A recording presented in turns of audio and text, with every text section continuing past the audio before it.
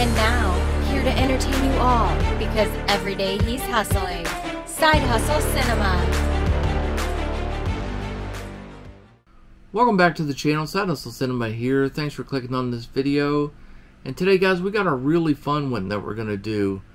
I love these videos because it is halfway through the year, and it is time to kind of look back and do a recap of some of the horror movies that came out in 2024.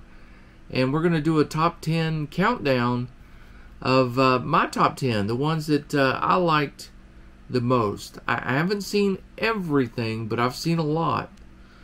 And I'll let you know what are some of the big ones that I didn't get a chance to see. And this year's very unique, I think. I think unique is a good word because there was a lot of unique horror movies that came out this year. And so it created a bit of controversy, I think, because some people really liked some of these new original concepts, and some people hated them. So we're gonna talk about all that. And so let's go ahead and dive into it. And so at the beginning of the year, we had a lot of PG-13 stuff hitting the theaters.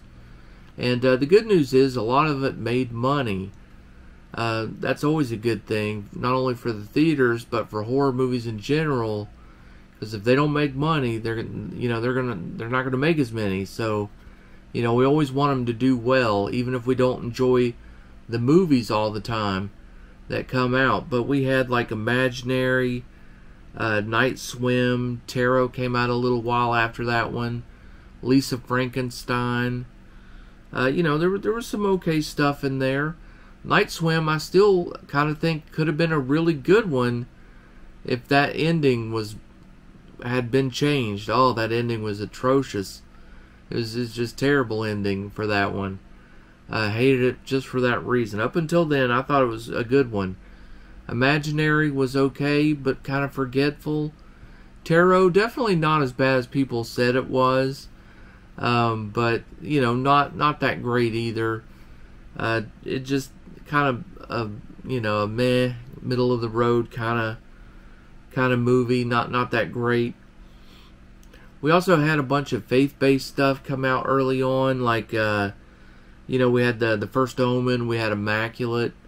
Those were pretty well received. Personally, I don't love like faith-based horror or, possession type stuff, any of that. Not a big fan of those. Not a real big fan of the Omen series too much. I do kind of want to see the First Omen, but I ended up not seeing either one of those. So unfortunately, they didn't make my list. But I know a lot of people do like those movies. I've heard good things about them. Also, spiders were kind of big for a minute this year. Infested really took people by storm. They liked that one quite a bit.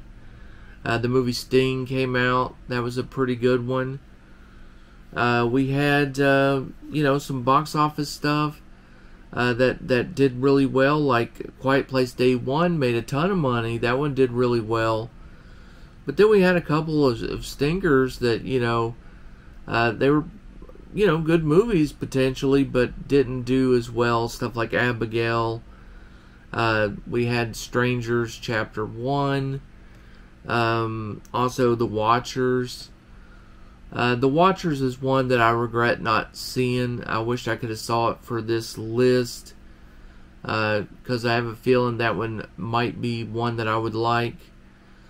I'm not quite sure though.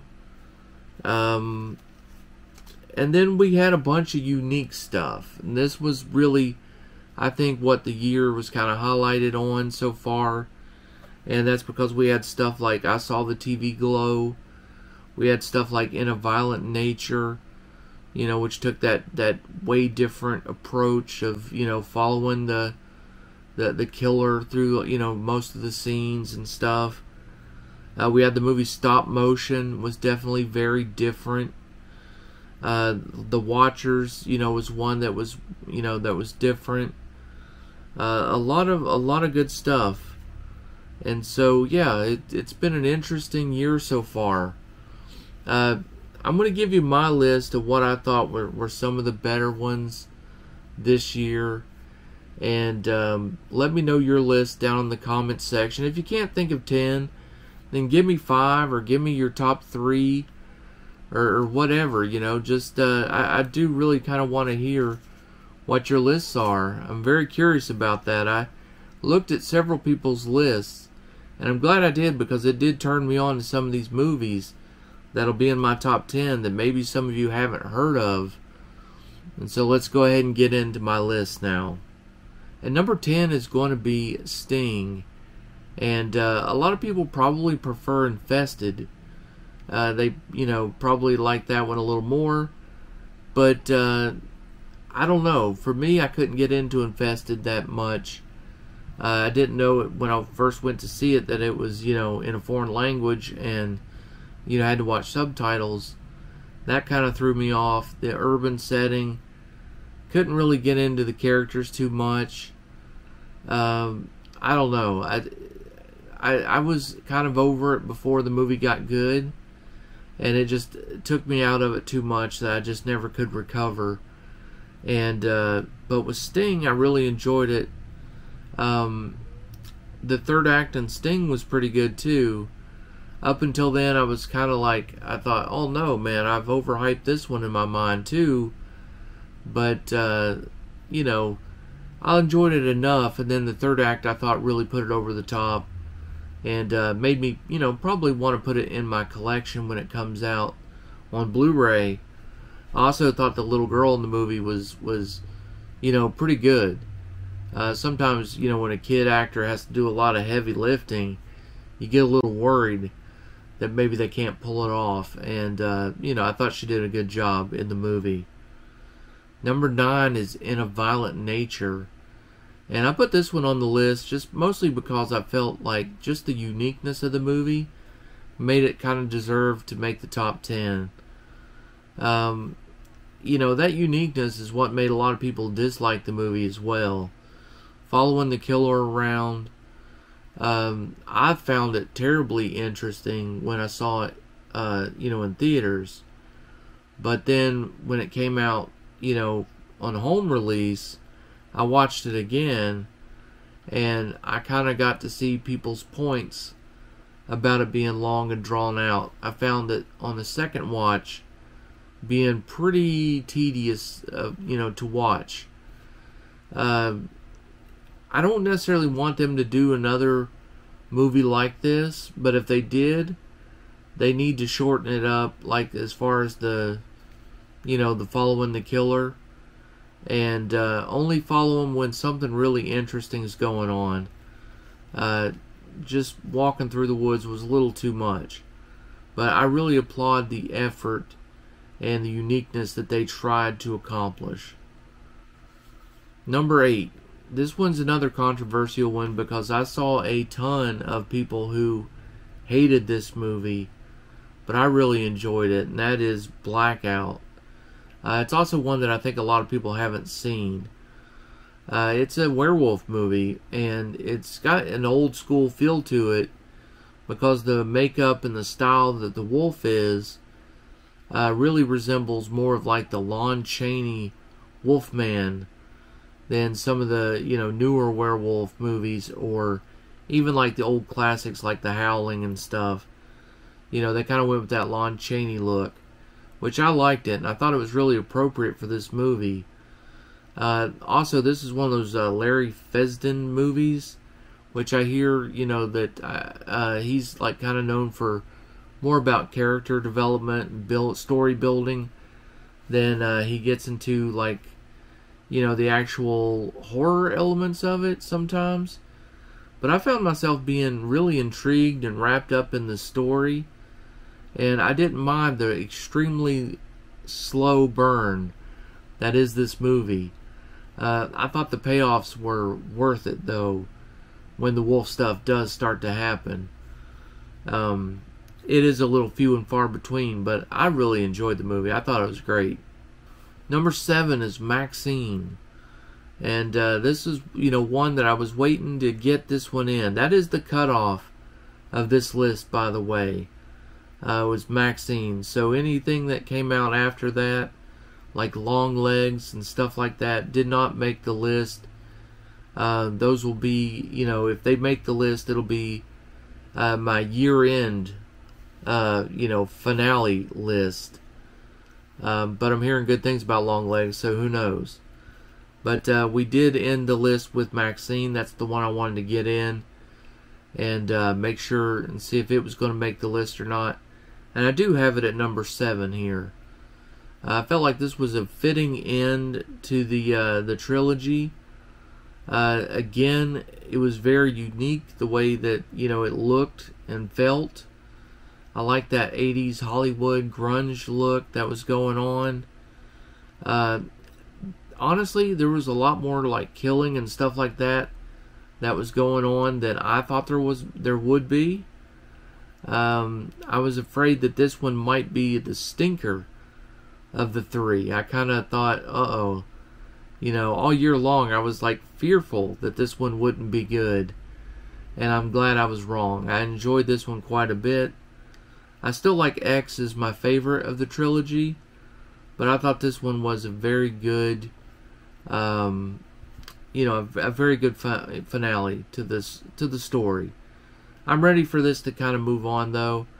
I would like to see Ti West do, some other horror movies possibly, and you never know what Mia Goth's going to be up to, but I look forward to whatever she does next. Number 6 is another one of those really unique movies that came out, and that's Late Night with the Devil. People fell in love with this one, I think, just because of that uniqueness, that style of having like a 70s style, late night show, and having this demon possessed girl on the show was very interesting, and man, on a first watch, this was amazing. Like, it just had me, glued to the TV, because I had no idea what was going to happen. With a lot of movies, you kind of know the formula. You can sort of figure out what's going to happen. This was one of those where I had no idea what was going to happen in this one. And even, like, I've watched it twice now, and even in the second watch, I really enjoyed it quite a bit. So, Late Night with the Devil, very cool in my book. I love that look and feel in this movie. Can't wait for it to come out. It'll probably be a yearly watch for me. So number 5 was A Quiet Place Day 1. And this is another one that kind of surprised me. When I first saw the trailer for this one, I really thought this one was going to be like more of a straight up action flick, with like some sci-fi mixed in there. I didn't know how much of the quiet stuff would be going on, but I was really pleased to see that the movie, while it does have a lot of action, especially in the beginning, really kind of shifts gears a little bit, changes speeds, and gives us some of those horror elements, that we really grew to love from the first movie. I was glad to see that wasn't like completely abandoned in this one, and I thought that was really good. Also, I did not expect to like these characters as much as I did. I thought both characters, the main characters in the movie, I thought they were both great. And, it was just like super invested in the movie like that. It was just a really, really fun time. I liked it quite a bit. It might be my favorite of the 3 so far, honestly. I actually like it even more than part 1, I think. It's close with 1. Definitely better than 2. So number 4 is a really cool movie that I found out about while doing research for this video. And so if you haven't heard of it, I hope you go check it out, because I really enjoyed it, and I think you will too. And that movie is Humane. And it's a really cool movie. It's about a not too distant future that the world is, overpopulated, and the global warming and stuff has made it to where food resources are no longer available for everyone. And so what the world has gotten together, the world leaders have gotten together and done is, each country has to come up with a way to reduce their population in order to, keep people from becoming extinct. And how they go about it in the U.S. is they've already emptied the prisons and, took out those people. And pretty much what they're doing now is if you volunteer for the program to be euthanized, your family gets $250,000 tax-free. And so people are volunteering, so they can set up their loved ones with some money that they, probably need quite a bit of to buy food and things in these harsh times, So this follows a family that's really rich already. So they're not doing it for the money, but the dad and the mom have just kind of agreed to, be euthanized for different reasons that you'll see when you watch the movie. But the mom's not exactly on board with the plan, so she splits and takes off. And so when the people come to euthanize two people, well, they're one short. So the man's family is there at having a dinner, and he wanted to tell them all and say goodbye to all of his adult children. And they're all like horrible people. They really are.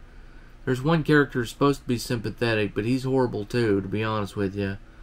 And so they have to decide who's going to be the other body, who's going to die. And that's where the fun really starts, is seeing what happens with the rest of this movie. It is fantastic. Definitely go watch the trailer. You'll see what I'm talking about, and you'll want to check this one out. It's a really good one.